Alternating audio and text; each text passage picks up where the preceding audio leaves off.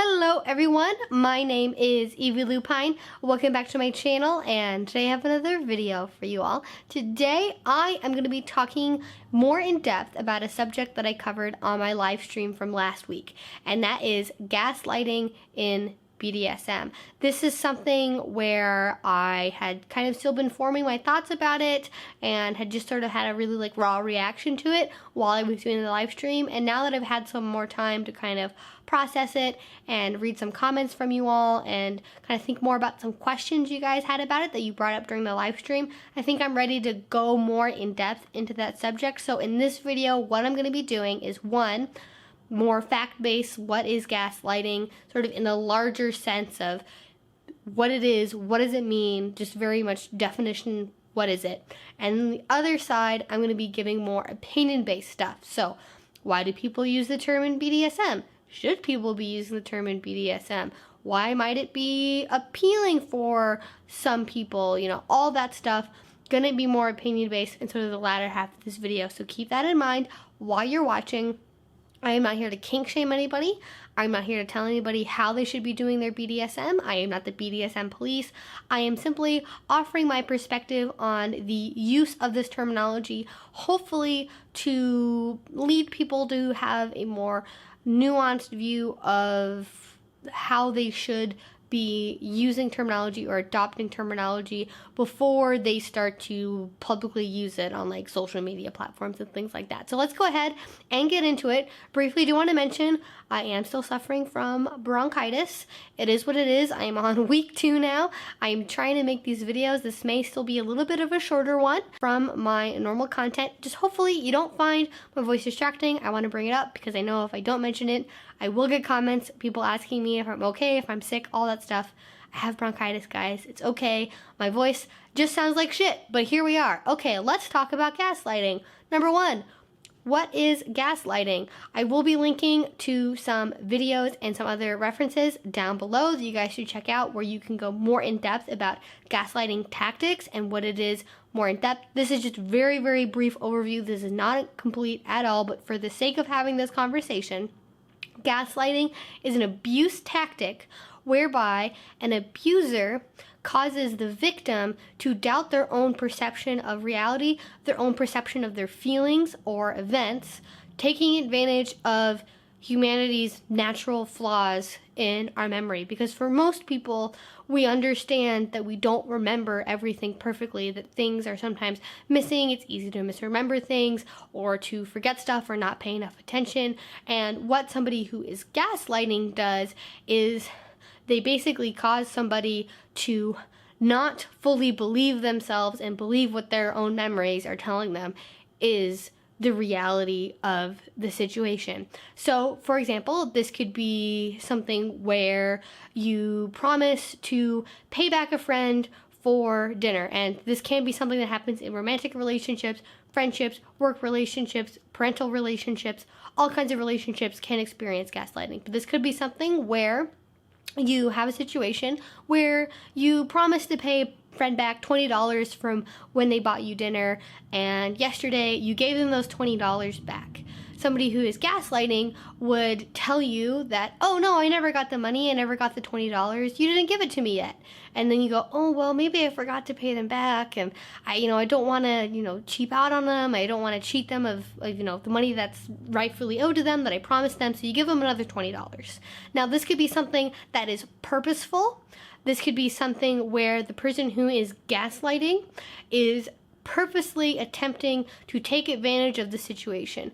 Now, this can also happen where somebody who is the gaslighter, who is the abuser, is not aware that they are doing the gaslighting on purpose. It can be a defense mechanism for their own troubles with memory, and it's a way to avoid self-blame. It's basically just a way of the abuser to be able to make themselves feel mentally comfortable again. So it doesn't always have to be malicious, but it does happen as abuse, whether or not it is intended or if it's something that happens because of somebody's own very flawed built-in defense techniques. This can also happen where it causes somebody to doubt their own feelings about a situation, such as something where there's been long-term ongoing abuse and the person who's a gaslighter says, oh no, we don't have any issues, our relationship is perfectly happy and healthy and normal, why would you want to try and destroy our relationship, why are you saying these awful things about me?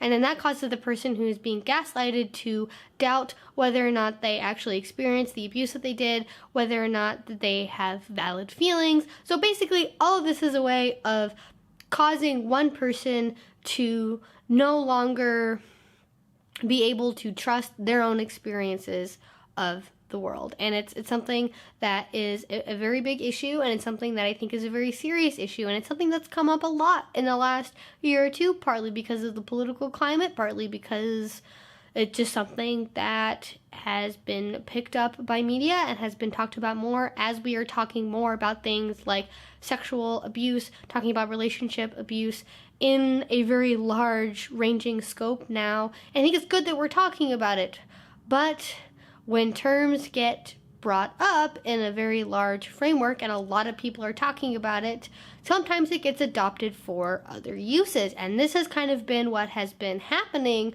in the BDSM community. Now, by no means is this like a widespread phenomenon, but I have started to see some people who use the term gaslighting to refer to activities that they do in consensual BDSM relationships. And it can very much take the same form as it would be in the real world, with the exception that it is consensually done. And the reason for this is when somebody is being gaslit, the control over the situation, the control over the perception of what is actually happening, what reality is in the hands of the abuser. They are the ones who are able to dictate what reality looks like.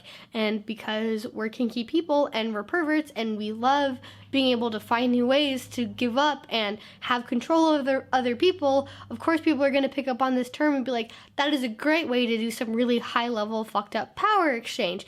And I totally get it. It's just a very specific flavor of having a dominant have control over a scene, and it's very much related to a lot of other kinks. The issue with using the term gaslighting in BDSM is there's nothing there that to the outside world, or for somebody who is in the community but has never heard it used this way before, to differentiate it from abuse. It just, and that's my issue with it. Like, we have a lot of other things that we do in BDSM that are related to real-life abuse tactics, that are related to some of the most horrendous things that humans can do to each other or do to society as a whole.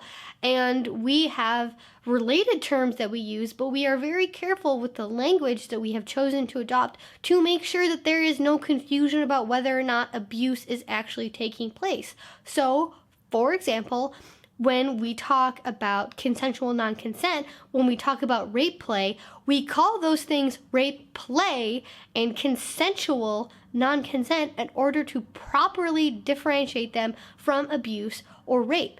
If you are saying that, my partner is gaslighting me, and you say that in the context of it's consensual BDSM, no one has any way of knowing if you mean it's consensual or not without having to already preface it by saying, oh, my partner consensually gaslighted me. But nobody is talking about it that way. They're just leaving it as a statement as is. It would be like if you were talking about rape play, but you said my partner raped me. That's going to leave a lot of ambiguity and a lot of unnecessary confusion. And God, I can't even imagine what would happen if somebody were reading through a Tumblr blog looking for something that they could make an article about on BuzzFeed, and they come across a blog where somebody is talking about consensually, gaslighting their partner, but they don't actually ever specify whether or not it's consensual or not, and it's very confusing language.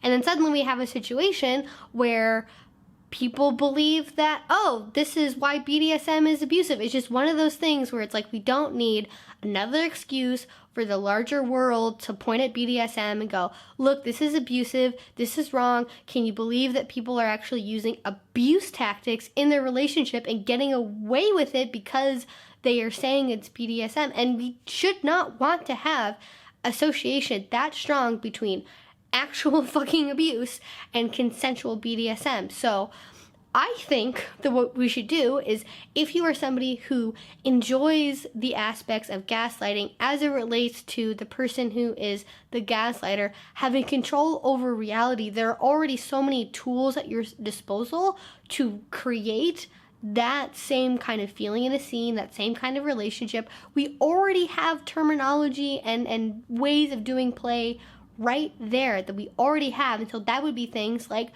fear play. That would be things like, confusion-based humiliation play. That would be things like consensual non-consent. We already have a lot of other terms that are specific to the BDSM community, not borrowed or can be confused with any form of abuse in the real life, society terminology. There's nothing, that's abuse related in terms of terminology about humiliation play.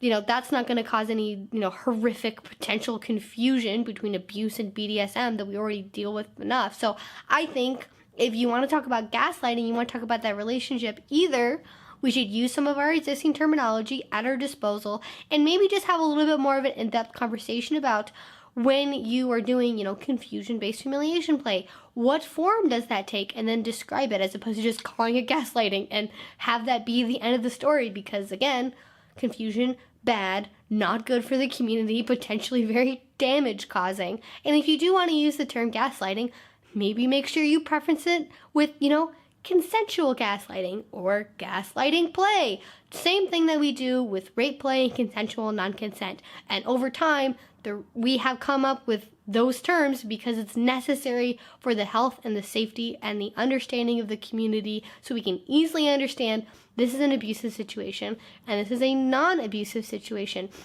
Not even to get into the whole mess that it could cause if we are dealing with people who are using gaslighting as an actual abuse tactic in a BDSM relationship non-consensually, but are then able to point to the fact that other people use the term gaslighting consensually in their relationships and use that as a way to gaslight their partner into believing that they're not really being abused. I just don't want that kind of thing to happen. I don't want anybody to get hurt. I don't want any excuses or any more than what already exists out there to cause any more confusion between vanilla culture and BDSM culture about the nature of our relationships, whether or not they're inherently abusive or not. And so anyways, that's what I wanted to talk about today. Hopefully it made some sense. If you are somebody who is interested in the power aspects of doing gaslighting, again, there are a lot of terms that you can use instead of that, or ways that you can preface the terminology to make sure you are being more accurate. And I think all of us, no matter our relationship with the larger BDSM community, I think it's really important that we as a whole recognize that we have a little bit of an obligation to the other people that are in this community, the other people who practice BDSM, to make sure that we are not causing any undue hardship for others or any undue confusion by the terminology that we use, and not do anything that would necessarily reflect poorly on the community as a whole. So anyways, that's what I wanted to get into today. Hopefully you found it interesting and helpful. Again, this is very much not a video about what gaslighting is so much as how it is people have used it in the community. If you want to know more specifically what gaslighting looks like, plenty of links will be down below in the description box that I use for my research for this video. Please check them out. They're all great. And if you guys have any questions for me, do leave them down below. If you like this video and want to see more, I make videos twice a week, so please do subscribe. And finally, if you really like this video and you want to support my channel, the best way to do that is by going to patreon.com/EvieLupine. Link will be down below and on the end screen, so check that out. Plenty of exclusive videos and photo shoots and rewards, chats, things like that. And until I see you guys next time, I hope you have a great rest of your day and a great rest of your week. Bye-bye.